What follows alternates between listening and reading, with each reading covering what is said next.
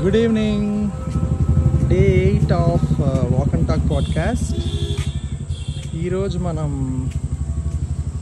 Walking చేసుకుంటూ children's పార్క్లోకి వచ్చామన్నమాట. Actually ఇక్కడికి ఎందుకు వచ్చామంటే బీచ్కి వెళ్దాం అనుకున్నాను, కానీ నిన్న చూశారు కదా బీచ్లో ఎంతమంది ఉన్నారో, ఎంత గోలగా ఉంది. ఇంకా పక్కన యాక్చువల్గా స్టేడియం ఉందన్నమాట, అక్కడికి వెళ్దాం అనుకున్నాను, కానీ ఇక్కడైతే మనుషులు ఎవరు ఉండరు అని చెప్పేసి ఇక్కడికి వచ్చామన్నమాట మెయిన్గా. సో యాక్చువల్లీ ఈ పార్కులో మేము చిన్నప్పుడు ఇది కొత్తగా, మేము స్కూల్ చదువుతున్నప్పుడు అప్పుడు కొత్తగా కట్టారనమాట పార్క్ ఇది. ఇప్పుడు తక్కువ మంది ఆడుతున్నారు, కానీ ఇంక ఇదంతా ఎక్కి ఇలా జారీ వాళ్ళం. అక్కడ ఒంటి ఉంటుంది, ఒంటి ఫేవరెట్ అనమాట నాకు యాక్చువల్గా. సో కొంచెం ఫ్రీగా ఉంది మొత్తం అంతా. ఇక్కడైతే మనుషులు ఎవరు లేరు, మహాడచ్చు అనిపించింది అనమాట. సో అందుకని ఈరోజు ఇక్కడ తీసుకొచ్చాను. సో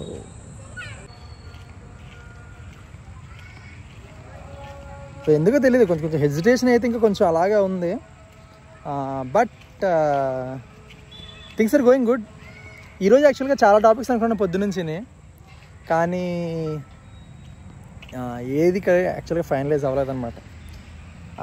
బట్ యాక్చువల్ నాకు ఇంకోటి అనిపించింది, నేను యాక్చువల్గా క్యాజువల్గా మాట్లాడదాం అనుకున్నాను కదా, మరి అదేమైంది, క్యాజువల్గా మాట్లాడుతూ వీడియోస్ పెడదామని కదా అనుకున్నాను అని ఇంకొక చోట అనిపించింది అనమాట. Okay, keeping everything side, but ఈరోజు నాకు ఒక పాయింట్ ఇంట్రెస్టింగ్గా తగిలింది అనమాట. యాక్చువల్లీ ఏంటంటే నిన్న చెప్పిన ఇది ఉంది కదా, ఏంటది, a letter to his son's teacher అని. Abraham Lincoln return a letter to his son's teacher అని ఒకటి ఉంది కదా. మా చెల్లి ప్రైవసీ ఇన్వైట్ చేస్తుంది అనమాట, తనే ప్లాన్ ఇచ్చింది ఇక్కడ దాకా తీసుకురమ్మని. So Abraham Lincoln's letter to his son's teacher అని ఒక లెటర్ ఉంది కదా. యాక్చువల్గా నాకు నేను దాని మీద ఒక బ్లాగ్ పోస్ట్ రాశాను. సో అందులో నాకు ఒక కామెంట్ వచ్చిందన్నమాట, ఇంట్రెస్టింగ్ కామెంట్. ఏంటంటే ఒక అమ్మాయి కమెంట్ చేసింది అనమాట. ఏమని కమెంట్ చేసిందంటే, మాకు ఇంటర్మీడియట్ +1లో ఈ చాప్టర్ ఉంది సార్, ఆ చాప్టర్లో వచ్చి ఈ లెసన్ ఉంది మాకు, అది గుర్తు చేసింది, థ్యాంక్స్ అని చెప్పింది అనమాట. నేను షాక్ అయ్యాను యాక్చువల్గా. అవునా, ఇది నోట్బుక్లో ఉందా? మా తమ్ముడు కూడా చూపించాను. మా తమ్ముడు కూడా ఈ లెటర్ గురించి చూపించాడు. ఒరే చదివి నేర్చుకుంటారా, దీంట్లో కొంచెం ఇందులో బోల్డ్ ఎంత ఇన్ఫర్మేషన్ ఉంది, ఒక పేరెంట్ ఎలా ఆలోచించాలి అని చాలా కొంచెం ఎక్కువ ఇన్ఫర్మేషన్ ఉంది ఇందులో, కొంచెం నీట్గా ఎస్టాబ్లిష్ చేశారు ఆ లెటర్లో అని చెప్పాను అనమాట.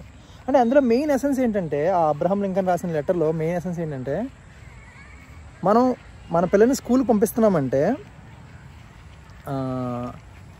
మనం ఏం ఎక్స్పెక్ట్ చేస్తాము అనేది, ఆయన ఏం ఎక్స్పెక్ట్ చెయ్యాలి అనే ఒక విషయాన్ని అయితే క్లియర్గా చెప్పడానికి ట్రై చేశారనమాట ఆయన. అది ఒక main point. So apart from knowledge, యూజువల్గా ఇప్పుడు దాకా కూడా మనం స్కూల్స్లో ఏమి వింటాం, ర్యాంక్స్ మార్క్స్ అనే కదా వింటాం. బట్ నాలెడ్జ్ కాకుండా ఇంకేం ఎక్స్పెక్ట్ చేయాలి అనేది మెయిన్ పాయింట్ కింద ఆయన పెట్టుకోవడానికి ట్రై చేశారనమాట, చెప్పడానికి ట్రై చేస్తారు. So if possible try to read the letter. నేను యాక్చువల్గా మూడు లాంగ్వేజ్లో ట్రాన్స్లేట్ చేసి నేను యాక్చువల్గా లెటర్ని పోస్ట్ చేశాను, అంటే English, Telugu and Tamil. And I will try to read it now. So ఇదే ఆ లెటర్. నేను ఒక అసిస్టెంట్ ప్రాంప్టర్ తెచ్చుకున్నాను. మా చెల్లి ఫోన్ దొబ్బేసాను కొంతసేపు, స్నాప్లు చూసుకుంటూ ఉంటుంది, ఏం చేస్తుంది ఇంకా తర్వాత, లేదంటే మరి స్నాప్లు తగ్గించింది. సో మళ్ళీ ఏమన్నా అంటే తిడుతుంది, అందుకని అసలు మా చెల్లిని చదవమని చెప్పాను, లేదు బ్రో ఏళ్ళు ముద్ర అంది. లెక్చరర్ యాక్చువల్గా ఈ క్వశ్చన్ తననే అడగాలి. నేను టీచింగ్ సంబంధించి, పేరెంటింగ్ సంబంధించిన క్వశ్చన్ తను అడగాలి. నెక్స్ట్ పెట్టుకుంటాను. నేను ఒక స్క్రిప్ట్ రెడీ చేస్తున్నాను, మామూలుగా అన్నమాట స్క్రిప్ట్లో మనం ఇప్పుడు. ఓకేనా, ఇక్కడ కొంచెం రైటింగ్ యావరేజ్గా ఉంది, బట్ పర్లేదు, లెట్ మీ ట్రై. లెటర్ వినండి, ఓకేనా, చాలా సింపుల్గా ఉంటుంది. But try to understand what Abraham Lincoln is trying to convey.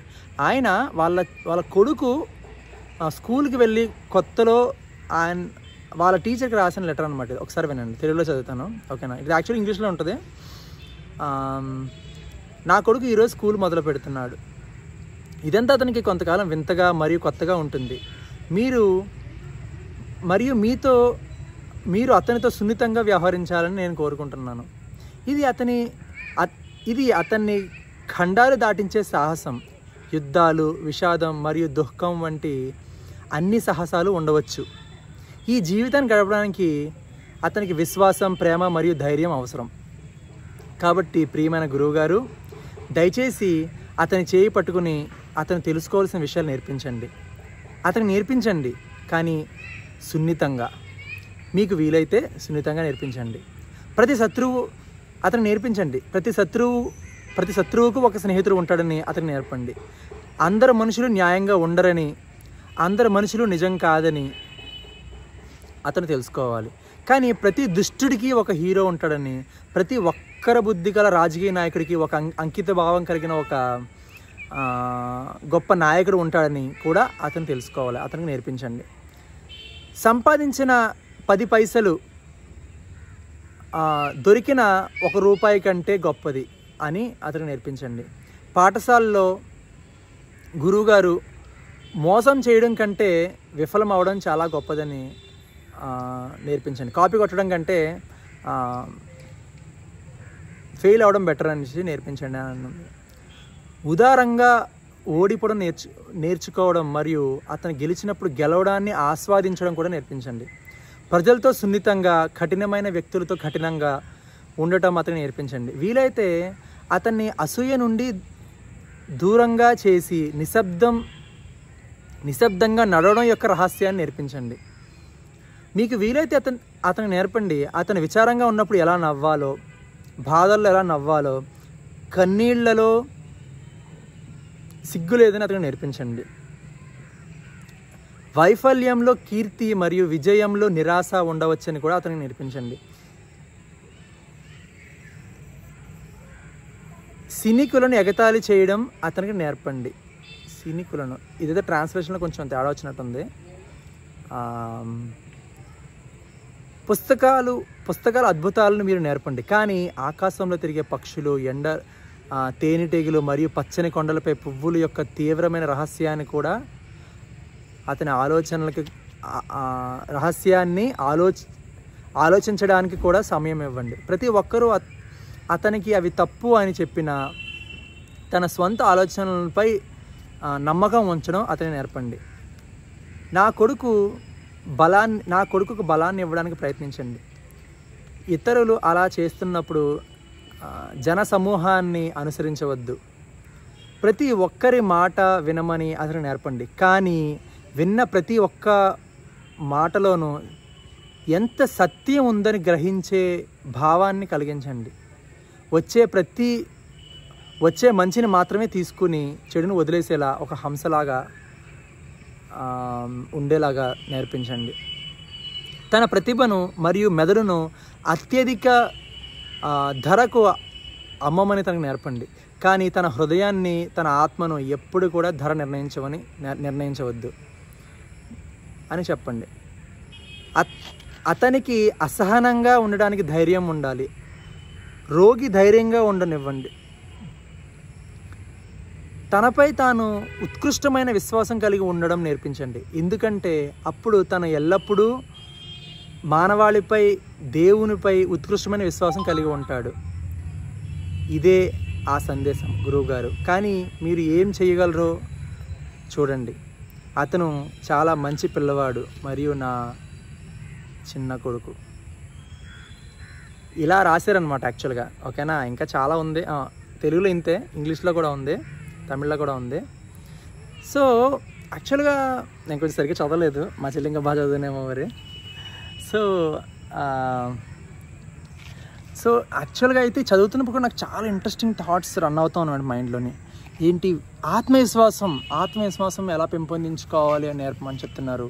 కష్టాల్లో ఎలా నవ్వాలి, ఎలా దృఢంగా ఉండాలి, నెక్స్ట్ బాధపడుతున్నప్పుడు కృంగిపోకుండా ఎలా ఉండాలి, నెక్స్ట్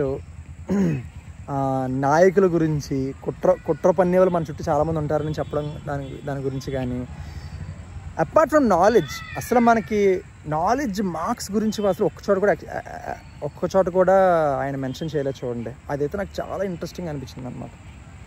సో నేను యాక్చువల్లీ బ్లాగ్ పోస్ట్ లింక్ నేను కింద డిస్క్రిప్షన్లో పెడతాను.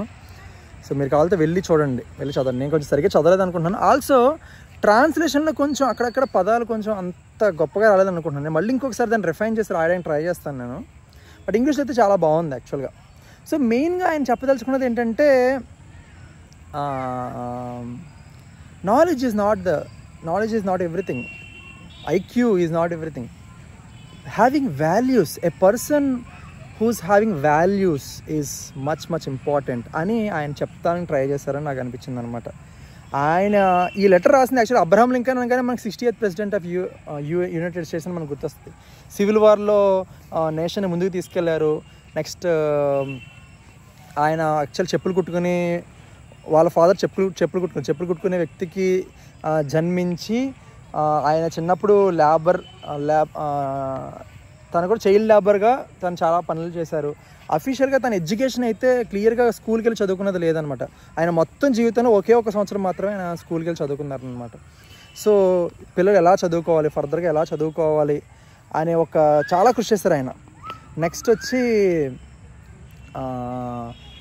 లేబర్, సో లేబర్ని కొంచెం అప్లిఫ్ట్ చేయడానికి చాలా ట్రై చేస్తారు ఆయన. సో ఇవన్నీ కూడా ఆయనలో ఉన్న చాలా వాల్యూస్ని యాక్చువల్గా మనకు క్లియర్గా చెప్తాయన్నమాట. సో ఈ లెటర్ రాసింది ఆయన ఇవన్నీ అవ్వకముందు, ఆయన ప్రెసిడెంట్ అవ్వకముందు, యునైటెడ్ స్టేట్స్కి ప్రెసిడెంట్ అవ్వకముందు రాసిన లెటర్ అనమాట. సో అందులో మనకు భావాలన్నీ ఏదో ఒక్కరోజు పుట్టుకొచ్చేవమ్మ యాక్చువల్గా. సో చిన్నప్పటి నుంచి మనం వాటిని పెంపొందించుకుంటూ వస్తేనే అవి మనం ఉన్నత స్థాయికి తీసుకెళ్తాయి. సో నాలెడ్జ్ కంటే ఇంపార్టెంట్ వాల్యూస్ అని చెప్పేసి నేను బాగా బిలీవ్ చేస్తున్నాను అనమాట. So suppose if you're a parent watching this video, మీరైనా తల్లిదండ్రులు అయితే మీరు ఎంతవరకు మీరు ఇంపార్టెన్స్ ఇస్తారు, నాలెడ్జ్ కన్నా వాల్యూస్కి ఎంత ఇంపార్టెన్స్ ఇస్తారు అని ఆలోచించండి. సో వాల్యూస్ ఎలా పెంపొందించని ఆలోచించండి. ఆత్మవిశ్వాసం కానీ, నమ్మకం కానీ, హోప్ కానీ, విశ్వాసం, ఇవన్నీ ఎలా మీరు పెంపొందిస్తారు, సహాయం చేసే గుణం కానీ ఇవన్నీ ఎలా పెంపొందిస్తారు. చాలా కథల్లో ఇవన్నీ ఇమిడ్చిస్తారు అనమాట. ఎంతమంది కథలు చెప్తున్నారు, ఇవన్నీ కూడా ఆలోచించండి ఒకసారి. సో ఇట్స్ వెరీ ఇంపార్టెంట్, చాలా ఇంపార్టెంట్ అని నేను నమ్ముతున్నాను. So that's all for today. So కొంచెం డిఫికల్ట్గా ఉంది నాకు యాక్చువల్గా డేలో యాక్చువల్ ప్లేస్ సెట్ చేసుకోవడం డిఫికల్ట్గా ఉంది. ఇక్కడ లైటింగ్ కరెక్ట్గా ఫ్లడ్ లైట్ ఉంటే ఫ్లడ్ లైట్ ముందు నుంచి నేను చెప్పడానికి ట్రై చేస్తున్నాను. మా చెల్లి కూడా అక్కడ వెయిట్ చేస్తుంది అనమాట, ఎప్పుడు వస్తాడా ఎప్పుడు ఆడతాడా అని చెప్పేసి. యాక్చువల్లీ ఇంటర్వ్యూ ప్లాన్ అవుట్ ఉంది నాకు మా చెల్లితో. ఎందుకు ఎంత ఫస్ట్గా చేస్తున్నా వీడియో అని చెప్పేసి మా చెల్లి కడిగి ఎండబోస్తుంది నన్ను. సో అదొకటి కొంచెం ఫిక్స్ చేయాలి నేను. So okay, will improve. Sorry if I blabber in between, నేను కొంచెం సరిగ్గా మాట్లాడకపోతే క్షమించండి. ఇంప్రూవ్ చేసుకుంటాను యాక్చువల్లీ, ఇంకా స్టెబిలైజ్ చేద్దామని చూస్తున్నాను నేను. బట్ నా మెయిన్ పాయింట్ ఈజ్ దిస్ యాక్చువల్గా, పేరెంట్స్ని మనం ఏదో చదువుకోవడానికి స్కూల్కి పంపిస్తే సరిపోతుంది అని యాక్చువల్గా పేరెంట్స్ అనుకుంటే కానీ వాళ్ళకి గ్యారంటీగా ఏదో ఎంతో కొంచెం ఎడ్యుకేషన్ ఇంపార్టెంట్ అని మాత్రమే తెలుస్తుంది అనమాట. ఆ టాపిక్ మీద నేను యాక్చువల్ చాలా వీడియోస్ చేద్దామని నేను అనుకుంటున్నాను నేను. సో పేరెంట్స్ని ఎడ్యుకేట్ చేయడం చాలా ఇంపార్టెంట్. స్కూల్లో టీచర్స్ ఎంత చెప్పినా పేరెంట్స్ చెప్పడం చాలా ఇంపార్టెంట్. పేరెంట్స్ ఇంట్లో నేర్పిస్తేనే చాలా వరకు వాళ్ళకి తెలుస్తుంది అనమాట. సో ఆ టాపిక్ మీద ఇంకా చాలా ఉంది, చాలా చెప్పాల్సింది ఉంది మనం మళ్ళీ మాట్లాడదాం. ఓకే, సో సింపుల్గా చెప్పాలంటే నాలెడ్జ్ ఒకటే ఇంపార్టెంట్ కాదు, ఓన్లీ మార్క్స్ ఇంపార్టెంట్ కాదు. సో వాళ్ళు ఎంతమంది స్పోర్ట్స్ ఆడుతున్నారు చూడండి, ఎంతమంది మెంటల్ ఎబిలిటీ మెంటల్గా ఎంతమంది యాక్టివ్గా ఉన్నారో చూడండి, ఎంతమంది ఫిజికల్గా యాక్టివ్గా ఉన్నారో చూడండి. ఓన్లీ మార్క్స్ కాదు. నెక్స్ట్ ఆర్ట్స్ ఎంతమంది వేస్తున్నారు, ఏదైనా ఫైన్ ఆర్ట్స్ నేర్పిస్తున్నారా, ఏదో ఒక డిసిప్లిన్, మ్యూజిక్ కానీ, సింగింగ్ కానీ, ఆర్ట్ కానీ ఏమైనా నేర్పిస్తున్నారో చూడండి, డ్యాన్స్ కానీ.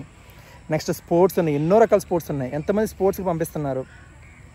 నెక్స్ట్ ఎంతమంది ఎడ్యుకేషన్ సంబంధించిన యాప్స్ వాడుతున్నారు, ఎంతమంది. డియోలింగో అనే ఒక యాప్ ఉంది, ఇంకా బ్రిలియంట్ అనే ఒక యాప్ ఉంది, ల్యూమోసిటీ అనే ఒక యాప్ ఉంది, ఇంకా చాలా యాప్స్ ఉన్నాయి, ఎలివేట్ అనే ఒక యాప్ ఉంది.